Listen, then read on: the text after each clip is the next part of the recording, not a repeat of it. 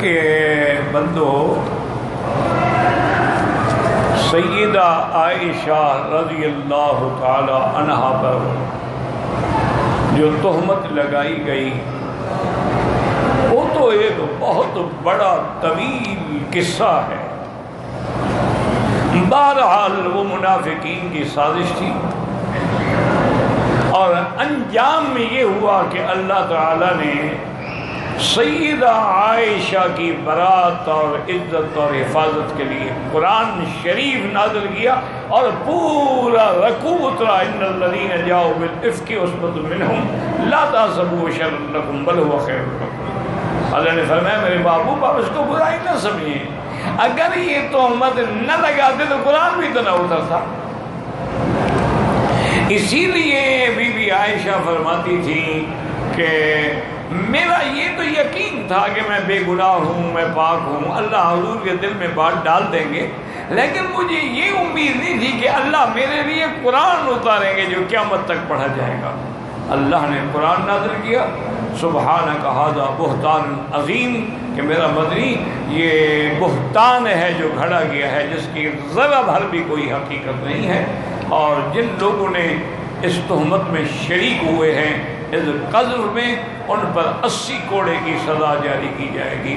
تو یہ بڑا طویل قصہ ہے، اور اس میں براءت سیدہ عائشہ ہے، اور یہ بھی سمجھ لیں کہ علماء کا بالاتفاق یہ فتویٰ ہے۔ ایک بات یاد رکھیں کہ تمام اہل اسلام اور علماء اہل سنت والجماعت جو ہیں ان سب کا یہ اتفاق ہے کہ سیدہ عائشہ صدیقہ پر اب کوئی تہمت لگائے یا اس کو برا بھلا کہے نعوذ باللہ تو اس کے کفر میں کوئی شک نہیں ہے، کیونکہ اس نے گویا قرآن کا انکار کیا جب اللہ نے کہہ دیا کہ جھوٹ ہے، یعنی کسی اور صاحب کے بارے میں، لیکن بی بی عائشہ کو برا کہنے والے کے کفر میں کوئی شک ہی نہیں ہے، کوئی تعویل ہی نہیں۔ اسی طرح سیدنا ابو بکر صدیق رضی اللہ تعالی عنہ کی صحبت کا کوئی انکار کرے اس کے کفر میں بھی کوئی شک نہیں۔ اسی طرح اللہ کے قرآن کو محفوظ ہونے کا کوئی انکار کرے بھی یہ قرآن محفوظ نہیں ہے، بلکہ یہ تو اصحاب ثلاثہ نے لکھا ہے، اور اس میں اہل بیت کی شان میں جو آیات تھی وہ نکال دی ہیں، اس کے کفر میں بھی کوئی شک نہیں۔ اور باقی مطلقاً جو شیعہ ہیں تو شیعہ کی تو کئی اقسام ہیں۔ شیخ الاسلام ابن تیمیہ رحمہ اللہ نے لکھا ہے کہ ان کی تقریباً 300 سے زیادہ قسم، ان کی بڑی عظیم الشان معرکۃ الآراء کتاب ہے منہاج السنہ، اس میں انہوں نے بڑی تفصیل سے ذکر کیا ہے کہ شیعہ کی کتنی قسمیں۔ لیکن ایک بات یاد رکھیں کہ جو ہمارے علاقوں میں شیعہ ہے، کیونکہ شیعہ ہے نا جی، کوئی اسماعیلی ہوتا ہے، کوئی زیدی ہوتا ہے، کوئی اثناعشری ہوتا ہے، کوئی شش امامی ہوتا ہے، کئی قسمیں، لیکن ہمارے یہاں جو لوگ ہیں نا نعوذ باللہ نعوذ باللہ، علماء کہتے ہیں ان کے کفر میں تو شک نہیں،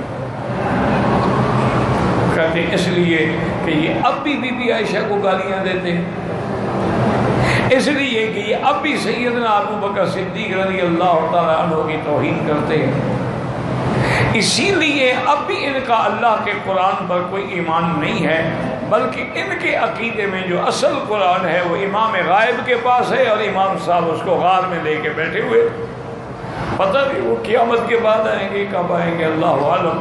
بہرحال اس کو یہ کہتے ہیں کہ غیبوبۃ کبریٰ، یعنی امام کے غائب ہونے کا یہ دور ہے۔ امام کہاں ہے؟ وہ کہتے ہیں جی کہ سلام دیپ میں ایک غار ہے، اور اس غار کا نام بھی انہوں نے گھڑا ہوا ہے سر من رآ، جو دیکھے تو خوش ہو جائے، لیکن انہوں نے آج تک نہیں دیکھی، اور نہ یہ اپنے امام صاحب کو وہاں ملنے جاتے ہیں، چلو یار اس کو بھی مجبوری ہے باہر آنے کی، تم تو جاؤ۔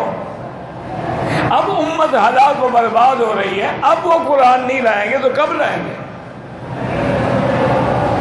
تو بہرحال تو اللہ کے قرآن میں قصہ افک پر اللہ نے ان الذین جاؤوا بالافک عصبۃ منکم سے رکوع شروع ہوتا ہے، اور پورا رکوع سیدہ عائشہ کی شان میں رضی اللہ عنہ۔ کہتے جی کہ تبلیغی جماعت والے جو اللہ کے دین کے لیے نکلتے ہیں بہت بڑی بات ہے، اور یہی اصل میں تو یعنی انبیاء کا وظیفہ ہی تبلیغ ہے کہ اللہ نے انبیاء کو کیا فرمایا کہ یا ایھا الرسول بلغ ما انزل الیک من ربک، آپ پہنچائیں جو آپ کے رب کی طرف سے آپ کو ملا۔ اسی طرح حضور پاک نے بھی فرمایا کہ بلغوا انی ولو آیۃ، اگر تم کو ایک آیت کا ترجمہ آتا ہے، ایک حدیث کا ترجمہ آتا ہے، آگے پہنچاؤ لوگوں۔ اور اسی طرح حضور نے حکم دیا فلیبلغ الشاہد الغائب، کہ آج جو میرے سامنے خطبے میں موجود ہو ان لوگوں کو میرا خطبہ پہنچاؤ جو غائب ہیں۔ اور اسی طرح اللہ نے قرآن میں حکم دیا کہ کنتم خیر امت، تم اچھی امت کیوں ہو، تأمرون بالمعروف وتنہون عن المنکر، لوگوں کو بھلائی کا حکم دیتے ہو اور برائی سے روکتے ہو۔ تو اس لیے اس میں کوئی شبہ ہے کہ یہ اپنا گھر، اپنا مال، اپنا وقت، اپنا ٹائم سب کچھ قربان کر کے باقی اپنے بھائیوں کی ہدایت کے لیے گلی گلی کوچا کوچا اپنے خرچ سے اپنے پیسوں سے سفر کرتے ہیں، جاتے ہیں، کوئی معمولی بات تو نہیں۔ تو اس لیے بہرحال میری ایک بات یاد رکھیں کہ اگر تم کو ان پر اعتراض ہے تو چند دن ساتھ چل کے دیکھ لو، جو غلطی ہو ان کو بتاؤ، اور نہیں ہے تو پھر ٹھیک ہے، یا اگر تمہارا دل نہیں مانتا تو کم سے کم صحیح اللہ والوں کی برائی نہ کیا کرو، کیونکہ جب کسی اللہ والے کی یا صحیح جماعت کی برائی کی جاتی ہے تو من آذی ولی فقد آذنتہ بالحرب، حضور کی حدیث ہے، حدیث قدسی ہے، اللہ فرماتے ہیں جو میرے اولیاء کو تکلیف پہنچائے اس نے میرے ساتھ جنگ کا اعلان کیا۔ تو اللہ سے جنگ کر کے کون جیت سکتا؟ اچھا، یہ اتنے محنتی لوگ ہیں۔ مجھے یاد ہے میں لندن میں گیا تو وہاں ایک علاقہ ہے، پتہ نہیں یاد، بلیک پول، سمندر کا کنارہ ہے اور بڑا ہی خوبصورت علاقہ ہے۔ وہاں ہم جا رہے تھے تو میرے ساتھ موسیٰ بھائی جو میری گاڑی چلا رہے تھے، بڑے اللہ والے آدمی ہیں، انہوں نے کہا جی کہ یہاں کا وہ واقعہ ہے کہ کچھ تبلیغی جماعت کے لوگ آئے۔ اچھا، وہاں آپ کو پتہ ہے کہ یورپ میں تو سردی جو ہے وہ صفر کے نیچے ہوتی ہے۔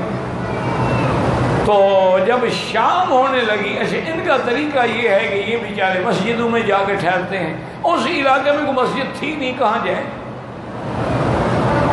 کہتے ہیں کہ بڑے پریشان ہوئے کہ بھی اب کیا کریں، تو سیدھے وہاں گئے، جو ان کا گرجا تھا وہاں گئے، اور وہاں جو ان کا پادری تھا اس کو ملے اور ان سے کہا کہ بھئی ہم مسافر ہیں اور ہمارے پاس کوئی ٹھکانہ نہیں ہے، ہم نے صرف رات گزارنی ہے، اگر تم اجازت دے دو تو ہم رات گزار دیں۔ انہوں نے کہا مجھے پتہ ہے تم تبلیغی جماعت کے لوگ ہو، لیکن ایک بات ہے، میں اس شرط پہ اجازت دیتا ہوں کہ تم یہاں رہتے ہوئے کوئی تبلیغ نہیں کرو گے، کوئی تقریر نہیں کرو گے، کوئی کتاب نہیں پڑھو گے، کوئی ایک دوسرے کو نصیحت نہیں کرو گے، خاموشی سے اپنی رات گزارو۔ اس نے بہرحال جگہ دے دی۔ اب تہجد میں امیر نے کہا کہ بھی وضو شروع کرو، نماز پڑھیں، باقی تو نہ کتاب پڑھنی ہے، ہم نے وعدہ کیا ہے اس سے۔ اور نماز پڑھنے کے بعد امیر صاحب نے سب سے کہا کہ رو رو کے اللہ سے دعا مانگو کہ یا اللہ اس بندے نے کافر ہو کر ہم مسلمانوں کے لیے مندر کا اپنے گرجے کا دروازہ کھولا ہے، آپ تو قادر ہیں اس کے سینے کا دروازہ بھی اسلام کے لیے کھول دیں اور اس کو جہنم سے بچا لیں۔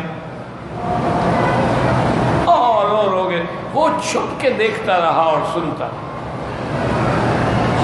صبح کی جب نماز ہوئی تو اس نے کہا کہ دیکھو یہ کچن ہے، اس میں ہر چیز موجود ہے، اپنے شوق سے اپنے منشے سے ناشتہ بنائے، اب میں آپ کو نہیں نکالتا، کتنے دن آپ نے یہاں رہنے کا پروگرام؟ انہوں نے کہا 3 دن۔ کا 3 دن یہاں رہو۔ انہوں نے کہا پھر ہم تو باہر جائیں گے گشت، ان کا باہر جا کے جو مرضی ہے کرو، یہاں کوئی تقریر نہیں کرتی۔ انہوں نے کہا ٹھیک ہے۔ بہرحال 3 دن کے بعد وہ وہاں سے اجازت لے کے چل پڑے۔ اور جب وہ جانے لگے تو وہ پادری آ کے امیر کے گلے لگا اور رو رو رو کے کہ بات کیا ہے؟ اس نے کہا مجھے خواب میں حضور پاک کی زیارت ہوئی ہے اور حضور پاک نے فرمایا ہے کہ میرے دین کے بندوں کو دیکھنے کے بعد بھی تمہیں دین سمجھ نہیں آیا تو مجھے کلمہ پڑھا لو، میں مسلمان ہوں۔ وہ مسلمان ہو گیا۔ اس نے کہا ایک مہربانی کرو، میرے اسلام کا کسی کو بتانا نہیں، جگہ جو ہے مرکز اسلام ہے، اس نے اتنا محنت کی ہے کہ سارا علاقہ مسلمان کر دیا۔ ان کی بڑے خدمات ہیں، وہ ہم نے کبھی وقت نہیں لگایا، لیکن جہاں جہاں بھی گئے ہم نے دیکھا ہے، سنا ہے کہ تقریباً اس وقت دنیا اسلامی ملکوں کے 60 ملکوں میں یہ بیچارے پہنچے ہیں، اور جہاں پہنچے ہیں اللہ کا شکر ہے کہ وہاں انہوں نے دین کا کام کیا ہے۔ میں تو اپنے مولوی صاحبان سے کہتا رہتا ہوں، میں نے کہا یار زمین تو یہ بیچارے ہمیں بنا کے دے جاتے ہیں، باقی آگے ہل شل چلا کے درخت امان لگاتے ہیں، اصل زمین تو ہمارے یہ بنا کے چھوڑ جاتے ہیں۔ اگر زمین ہی نہ ہو تو ہم پھل کہاں لگائیں گے یا درخت کہاں لگائیں گے؟ تو اس لیے اگر کسی کا دل نہ مانتا ہو کوئی بات نہیں، نہ مانے، لیکن کسی کو برا نہ لگے، چونکہ ان کے بڑے خدمات ہیں۔ اور تم نے تو شاید کبھی اپنے ہمسائے کو بھی کلمہ نہیں پڑھایا ہوگا، انہوں نے لاکھوں لوگوں کو مسلمان کیا، لاکھوں لوگ اسلام لائے۔ باقی غلطیاں کس میں نہیں ہوتی بھائی، غلطیاں تو ہوتی ہیں، انسان ہیں۔ اچھا پھر ان میں کوئی سارے عالم تو ہے نہیں، ان کو تو جو مل جائے ساتھ لگا لیتے ہیں، اس میں دکاندار بھی ہوتا ہے، کرایہ دار بھی ہوتا ہے، اس میں وکیل بھی ہوتا ہے، اس میں ماسٹر بھی ہوتا ہے، کوئی پڑھا لکھا بھی ہوتا ہے، کوئی جاہل بھی ہوتا ہے۔ تو اس لیے غلطیوں پر نظر نہ ڈالو، اچھائیوں پر نظر ڈالو۔ باغ میں جاؤ تو کانٹے نہ گنتے رہو، گلاب کے پھول پہ نظر ڈالو، باقی گلاب کھلتے کانٹوں کے اندر ہے۔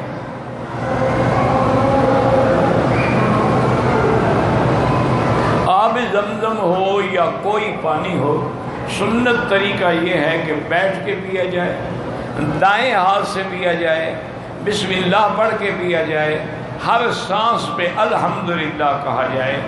بعض علماء فرماتے ہیں کہ پہلے سے نیت کر لے کہ میں اس بیماری کی شفا کے لیے یا اس کام کے لیے پی رہا ہوں، اور جب پی لے تو پھر بھی دعا کرے، جیسے حضرت ابن عباس رضی اللہ عنہ کہتے تھے، اللہم انی اسألک علما نافعا ورزقا واسعا وشفاء عن کل داء۔ یہ صحیح سنت طریقہ ہے۔ اب جو لوگوں نے رواج بنا رکھا ہے کہ جب کوئی زمزم سے کھڑے ہو جاتے ہیں تو یہ تو بدعت ہے، ناجائز ہے۔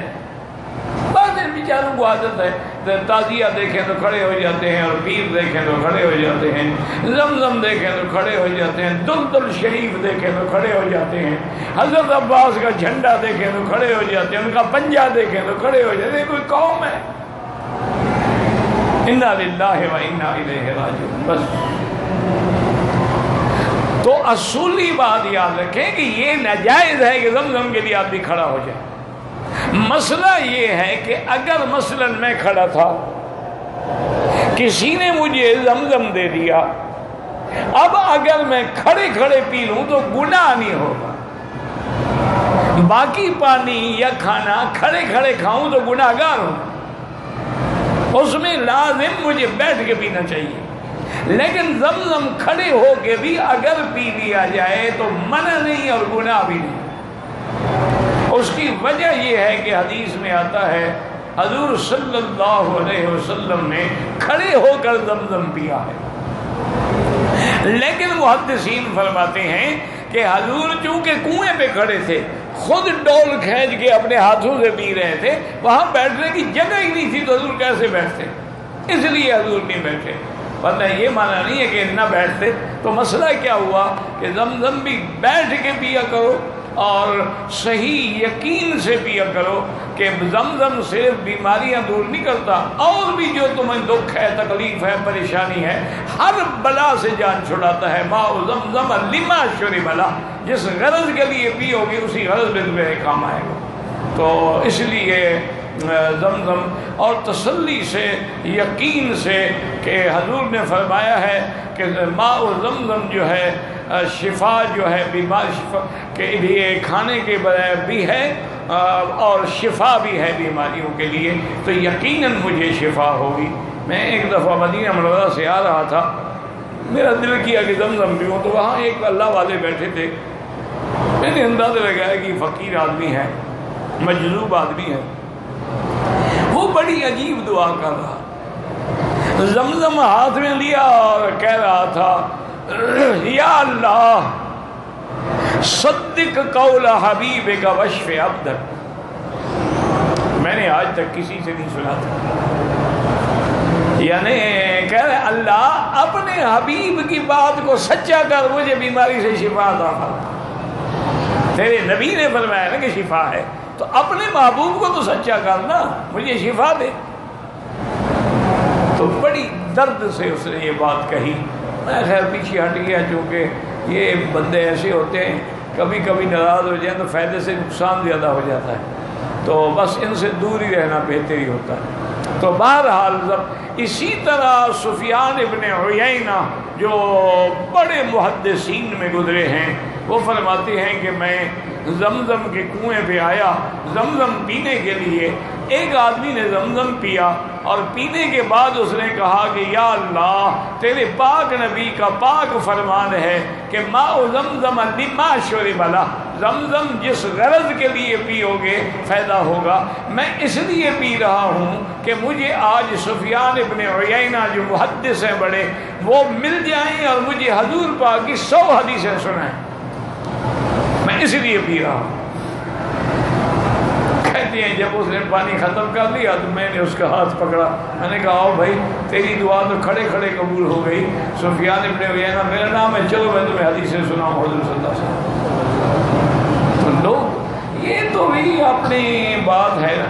اسی طرح یعنی آپ دیکھیں کہ بڑے بڑے ائمہ آئے اور انہوں نے زمزم کا پانی پیا تو یہ دعا مانگی کہ یا اللہ ماء زمزم لما شرب لہ، زمزم کا پانی جس غرض کے لیے پیا جائے ہم اس لیے پی رہے ہیں کہ قیامت والے دن میدان محشر کی پیاس سے ہمیں بچا جائے۔ تو اس لیے ہمیشہ یاد رکھیں کہ، اور یہ بھی یاد رکھیں کہ زمزم کا پانی جو ہے وہ جنت کے پانی سے بھی افضل ہے، حوض کوثر سے بھی افضل ہے، وہ ماء سلسبیل سے بھی افضل ہے، وہ تمام دنیا اور آخرت کے پانیوں میں سب سے افضل پانی جو ہے وہ ماء زمزم ہے۔ لیکن اللہ ہمیں قدر کرنے کی توفیق دے۔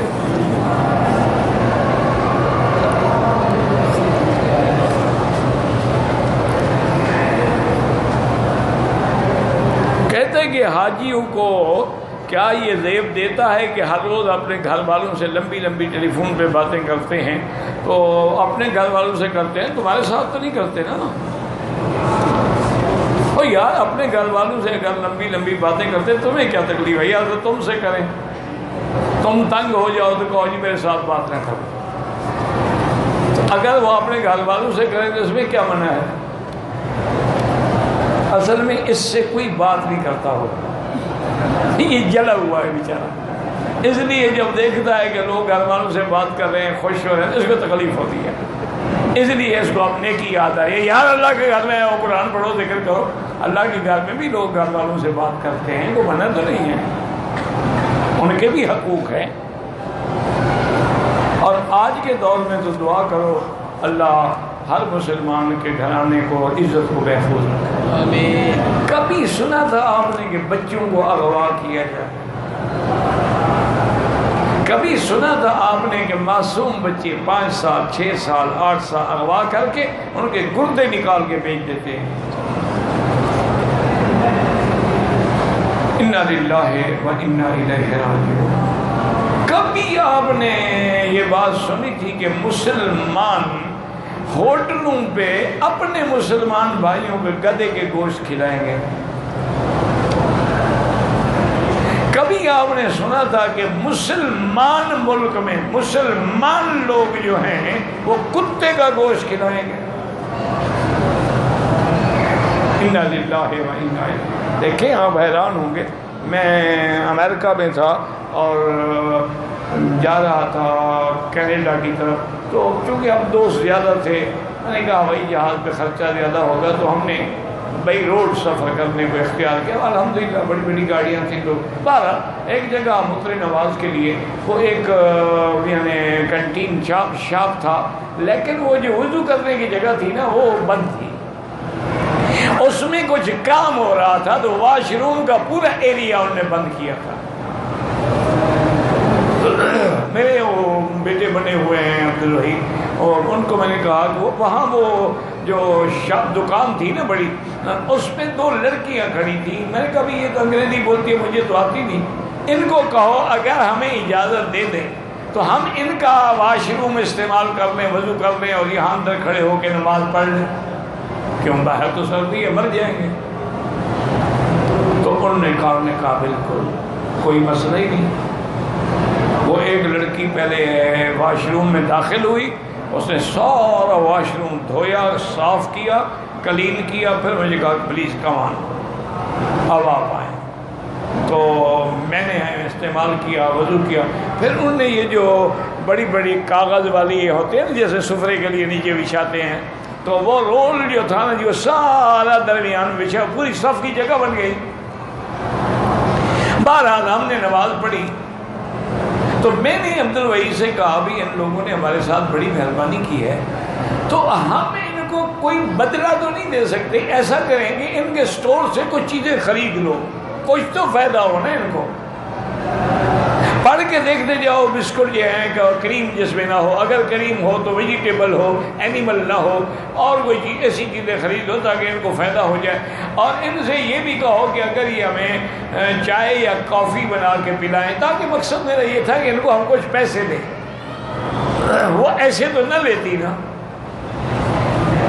تو اس لڑکی نے کہا کہ آپ میرے ہاتھوں کے بنی ہوئی نہ کافی پیئے نہ اور کوئی نہ، انہوں نے کہا میں خنزیر کو بھی ہاتھ لگاتی ہوں، اور ان برتنوں میں جہاں کافی بنا رہے ہیں اس میں ہم وائن بھی، شراب بھی ڈال دیتے ہیں تڑکا لگانے کے لیے، تو آپ نہ پیئے تو اچھی بات ہے۔ دیکھو کافر لڑکی، اس کو احساس ہے کہ ہم پلید ہیں، میں ان کو پلید چیز کیوں دوں؟ تو میں نے کہا انہوں نے کہا مجھے بھی پتہ ہے آپ کو ضرورت نہیں ہے سامان کی، آپ مجھ پر اس چیز کا بدلہ دینا چاہتے ہیں، میرے لیے دعا کر دو۔ میں نے کہا آپ کے لیے کیا دعا کروں؟ انہوں نے کہا جو آپ کو اچھی لگے۔ میں نے کہا مجھے تو یہی اچھی لگے گی کہ تم مسلمان ہو جاؤ اور جہنم سے بچ جاؤ، مجھے تو یہ دعا اچھی لگے گی کہ اتنی خوبصورت لڑکی، اتنی ماشاءاللہ سمارٹ قسم کی لڑکی ہو، تو تم اگر جہنم میں جلو گی تو میں تو دکھ ہوگا نا۔ اور کوئی تم یہی دعا کرو اللہ مجھے مسلمان کر دو، اگر سمجھتے ہو کہ میری بہتری اسی میں ہے تو میری یہی دعا کرو۔ کافر اتنا خیال کر رہا ہے کہ میرے ہاتھ گندے نہ لگے مسلمان کے لیے، اور ہمیں یہ کتے پکا کے کھلا رہے ہیں، یہ کون سے مسلمان ہیں جناب؟ خود فیصلہ کریں ٹھنڈے دل سے۔ اسکول میں آ کے، کالج میں آ کے، کیڈٹ کالج میں آ کے حملہ کر کے معصوم بچوں کو اڑا دینا، حملہ کر کے پتہ ہے کہ وہ بیچارے لاشیں لے کے، زخمی لے کے ہسپتال آئیں گے، ہسپتال پہلے کھڑے ہوئے ہیں، وہاں آ کے پھر دھماکہ کر دینا، یہ مسلمان ہے؟ میں تو بھائی نہیں مانتا، اچھی بات، مسلمان کبھی ظالم نہیں ہو سکتا۔ ہاں ذاتی جھگڑے ہوتے ہیں، برادریوں میں جھگڑے ہوتے ہیں، قتل بھی ہو جاتے ہیں، زمینوں کے لیے بھی قتل ہو جاتے ہیں، رشتے کے لیے بھی قتل، لیکن یہ تو نہیں ہے کہ جن کو تم جانتے بھی نہیں ہو، اتنا بڑا ظلم، اتنا بڑا قہر۔ بہرحال یاد رکھو کہ نہ سمجھو گے تو مٹ جاؤ گے اے ہندوستان والوں، تمہاری داستان تک بھی نہ ہوگی داستان۔ اگر اب بھی تم نے اتفاق نہ کیا، اب بھی تم نے اپنی اپنی ڈفلیاں اور ڈگریاں ڈگڈگی بجائے رکھی، تو یاد رکھو تمہیں بھی کچھ نہیں ملے گا۔ ساری دنیا کے اختلافات بھول جاؤ اور سارے سر پکڑ کے بیٹھ جاؤ اور اصل مجرم کو ڈھونڈو کہ اصل مجرم کون ہے۔ جب تک یہ نہیں کرو گے یہ نہیں روک سکتے۔ وہ تو کرائے والے لوگ ہیں نا جی، 20 لاکھ لیا دھماکہ کر دیا، 50 لاکھ لیا ایک اور کر دیا۔ یہ تو سارے بکے ہوئے لوگ ہیں۔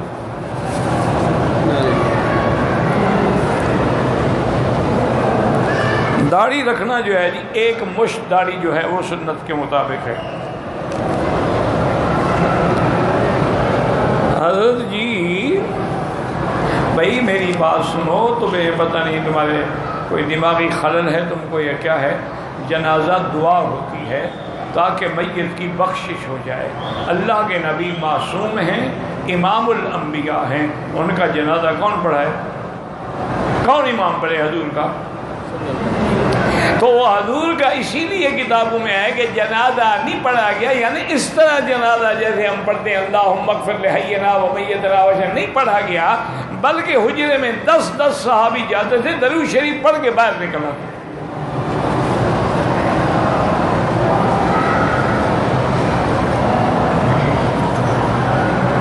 یہ ساری باتیں جو ہے نا شیعہ نے دماغ میں ڈالی ہوئی ہیں۔ اور جی صحابہ نے تو حضور کا جنازہ بھی نہیں پڑھا، تو حضرت علی نے کیوں نہیں پڑھا جی؟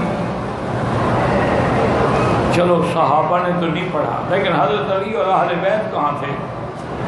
حضرت علی ہیں، فضل ہیں، عباس ہیں، حسن حسین ہیں، وہ کدھر گئے تھے؟ ڈر گئے تھے؟ اگر ڈر گئے تھے تو پھر مشکل کشا کیسے ہیں؟ باتیں بناتے رہتے ہیں۔ صاحبین سے مراد امام ابو یوسف اور محمد ابن حسن الشیبانی، شیخین سے مراد امام بخاری اور امام مسلم۔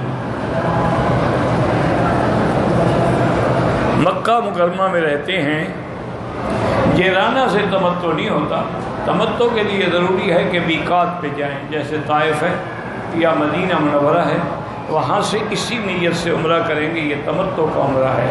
عمرہ کر کے احرام کھول دیں، پھر 8 تاریخ کو حج کا احرام باندھیں، اور پھر آپ کو مینا میں کنکری مارنے کے بعد تمتع کی بکری بھی رکھنی ہوگی۔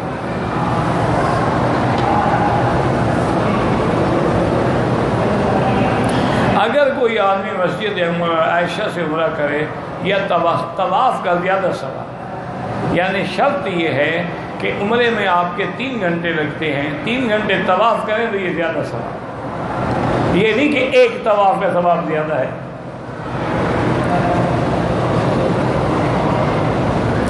گنجا ہونا ہر عمرے میں لازم، ہر عمرے میں لازم، کیونکہ تو قرآن کا حکم ہے محلقین رؤوسکم، یا حلق کراؤ یا قصر کراؤ، بال تو ہے نہیں، قصر کیسے کریں؟ پھر گنجا ہی ہونا پڑے گا۔ اگر ایک دن عمرہ کیا، 2 دن کے بعد پھر کیا، بال نہیں ہے، پھر بھی اس طرح پھروانا پڑے گا۔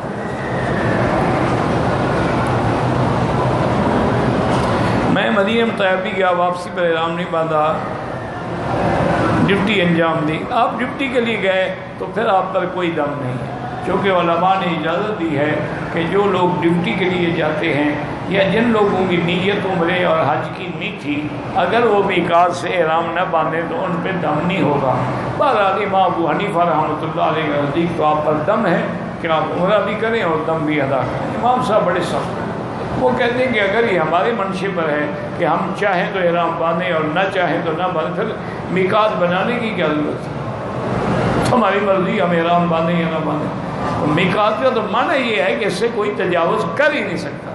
اور پھر بڑی دلیل یہ ہے کہ حضور پاک کبھی میقات سے بغیر احرام کے تشریف نہیں لے آئے۔ اگر ایک آدمی گنجا ہے اور وہ عمرہ کرے پھر بھی اس طرح پھر آئے گا، اللہ کو بالوں کی ضرورت تھوڑی ہے، وہ تو ہم نے گردن جھکا دی، بس اللہ راضی ہو گیا۔ اگر بال بڑے بڑے ہیں تو کاٹ سکتے ہیں، چوتھا حصہ سارے سر کا۔ جو عمرہ کریں، تمتع کے لیے ضروری ہے کہ عمرہ میقات سے کیا جائے۔ جیسے مثلا اب حاجی آ رہے ہیں تو وہ پاکستان سے عمرہ کریں گے یا مدینے سے عمرہ کریں، وہ تمتع ہے۔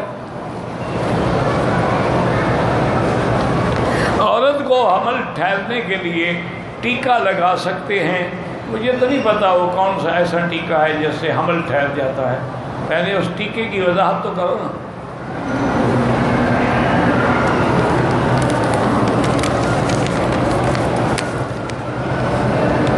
میں میں ریاض میں ہوں، 2 عمروں میں بال گنجا کرایا تھا، مدینہ سے احرام باندھ کے آیا ہوں، اپنے ساتھی سے کینچی کے ذریعے سر کے بال کاٹ دیے، گنجا نہیں۔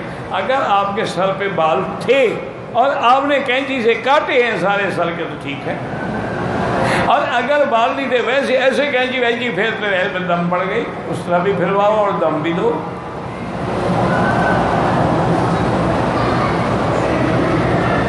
نماز میں سورۃ الفاتحہ، کیونکہ نماز سورۃ فاتحہ کے بغیر ہوتی نہیں، اور ویسے بھی الحمدللہ کوئی ایسی نماز نہیں ہے جس میں فاتحہ نہ ہو۔ ہم نہ پڑھے، امام تو پڑھ رہے ہیں نا، تو نماز میں تو فاتحہ آ گئی نا۔ باقی جھگڑوں میں تم نہ پڑھو، یہ مولویوں کا کام ہے۔ جو فاتحہ پڑھتے ہیں امام کے پیچھے ان کی بھی نماز ٹھیک ہے، جو نہیں پڑھتے ان کے پاس بھی حضور کی حدیث مبارک ہے، مسلم کی حدیث ہے، اذا قرأ فانصتوا، جب امام پڑھے تم چپ رہو۔ آمین بالجہر کہیں وہ بھی جائز ہے، آہستہ کہیں وہ بھی جائز ہے، کیونکہ اصل امام صاحب فرماتے ہیں کہ آمین معنی ہے دعا، اللہم استجب، یا اللہ ہماری دعا قبول فرما۔ اور دعا کا فلسفہ ہی قرآن کا یہ ہے کہ ادعوا ربکم تضرعا وخفیہ، آہستہ دعا مانگو۔ جنازے کی جو بھی دعا تمہیں آتی ہو وہی پڑھا کرو، کوئی بھی دعا آئے پڑھو۔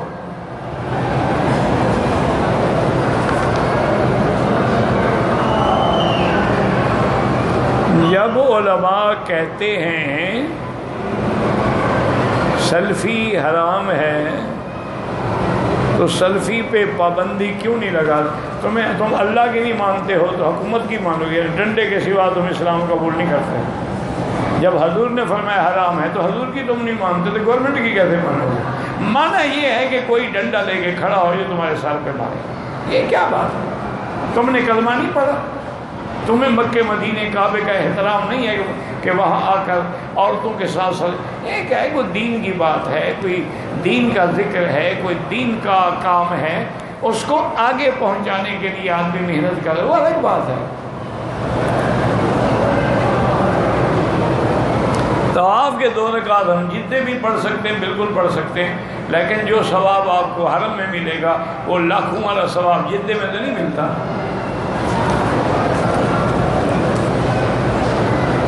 میں نے پہلے 2 شادی کی تھیں، اب تیسری بھی کر لی ہے۔ پہلی 2 کہتی ہیں کہ آپ نے تیسری کر کے ظلم کیا ہے، آپ نے کوئی ظلم نہیں کیا، آپ کو 4 شادیوں کی اجازت ہے، تو ابھی 3 ہوئی ہیں، ایک اور کر دو نا سارے جھگڑے ختم ہو جائیں۔ 2 2 4 وہ 2 2 کی پارٹی بنا لیں گی نا تو جان چھوٹ جائے گی تمہاری۔ باقی یہ ہے کہ عدل کرو، انصاف کرو، باقی تو کوئی عورت خوش نہیں ہے کہ کوئی اس کے اوپر سوکن بن کے آئے، وہ تو کہے گی کہ تم نے ظلم کیا ہے۔ یار اتنے باریک لکھتے ہو، مجھ سے تو نہیں پڑھا جاتا۔ انڈین فلموں سے متاثر ہو کر میں اپنی بہن اور ماں سے ہاتھ ملاتا تھا، ملتا تھا، اور والد بعض اوقات اس کی تنہائی کے اوقات میں دیکھتا تھا۔ اب شادی کے بعد یہ محسوس کر رہا ہوں، بہرحال جو کچھ تم نے کیا توبہ کرو، استغفار کرو۔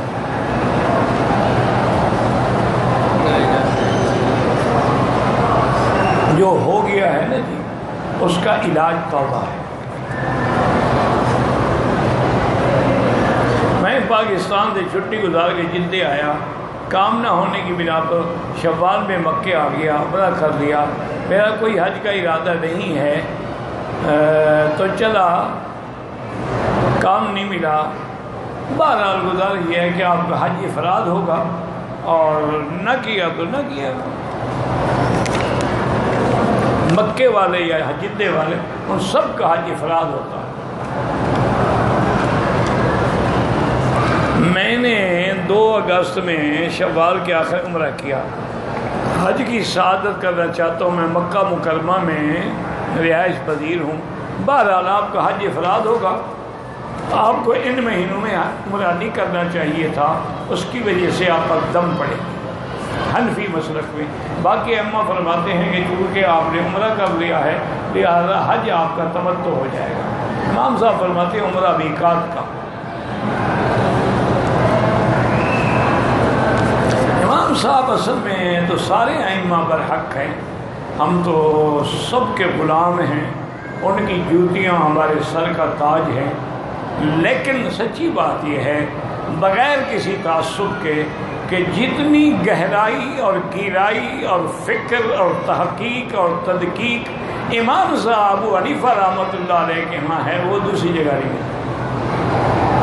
اب یا تو یہ ہے کہ ہم چونکہ ان کی کتابیں پڑھتے ہیں تو، لیکن اصل بات یہی ہے، یاد رکھیں وہ کہتے ہیں کہ دیکھیں حضور پاک کے صحابہ نے، حضور نے تو حج قران کیا ہے نا، حضور کا ایک حج ہے، وہ حضور نے حج قران کیا ہے، عمرے اور حج کا احرام کٹھے باندھا، لیکن جن صحابہ کو حکم دیا کہ تمتع کر لو وہ مدینے سے احرام باندھ کے آئے تھے یا مسجد عائشہ یا جیرانہ سے باندھ کے آئے تھے؟ وہ کہتے ہیں تمتع کے لیے ضروری ہے کہ میقات سے احرام باندھ۔ ان کی نظر بڑی گہری ہوتی ہے۔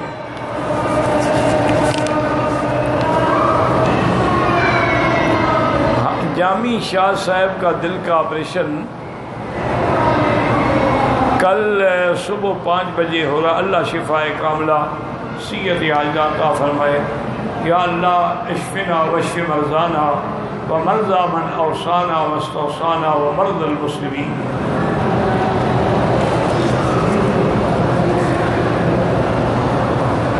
جب سے میں سعودیہ ہوں 4 مہینے ہو گئے ہیں، بے روزگار ہوں، حج کریں، حج کر سکتے ہیں، آپ کا حج افراد ہے، حج کی بکری آپ کے ذمہ ہے ہی نہیں۔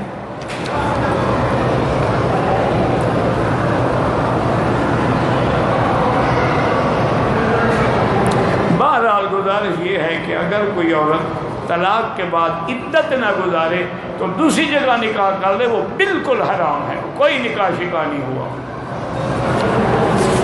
انا للہ و انا الیہ راجعون۔ 1,00,000 گناہ ہے، پڑھی جائیں، بہرحال پورے مکے میں جہاں بھی پڑھو 1,00,000 ملتا ہے۔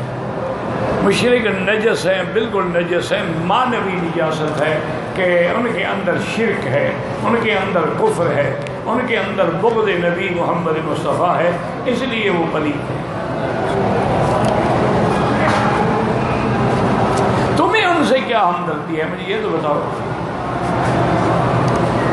تم اپنی ہمدردی کی وجہ تو بتاؤ نا۔ ان کو کلمہ پڑھا لو، آ جائیں ہمارے میں۔ دل میں وسوسے آتے ہیں اور پتہ نہیں کیا ہے، بہرحال وسوسے کا علاج آخری 2 صورتیں پڑھ کے دم کیا کرو بدن پہ۔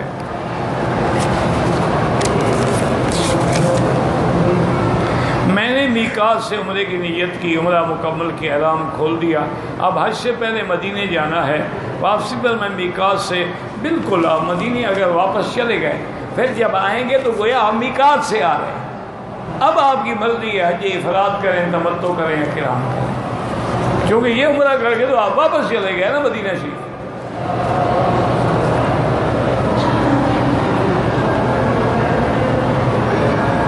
اگر آدمی کی ڈیوٹی عرفات میں ہے تو بہرحال اس کے لیے لازمی ہے کہ وہ احرام جو ہے وہ حد حرم سے باندھے گا، وہ عرفات میں احرام نہیں باندھ سکتا، مینا میں باندھ سکتا ہے، مزدلفہ میں باندھ سکتا ہے، عرفات میں نہیں باندھ سکتا۔ تو ڈیوٹی کرے، پھر احرام باندھ کے رات کو جا کے عرفات سے ہو کے آ جائے۔ باقی جو طواف زیارت ہے وہ تو 12 تاریخ کی مغرب تک اگر بعد میں کرے گا تو دم پڑ جائے گا۔ تو یار 3 دن ہیں، جب رات کو کسی وقت موقع ملے ڈیوٹی نہ ہو آگے کر جاؤ، بس مشکل کیا ہے۔ صدقے کا دم جو ہے اس کے لیے جانور کی کوشش، جانور اچھا ہونا چاہیے خیرات کے لیے، اس کے لیے یہ ضروری نہیں ہے دانت 2 ہوں یا 3 ہوں یا 4 ہوں، لیکن یہ تو ہے کہ اچھا ہو، یہ تو نہ ہو جو مر رہا ہو، چلنے کے قابل نہ ہو، تم اللہ کے نام پہ خیرات کر رہے ہو۔ حج پر جو جانور بالکل اس کے لیے وہی شرائط ہے جو قربانی کے جانور کی ہے۔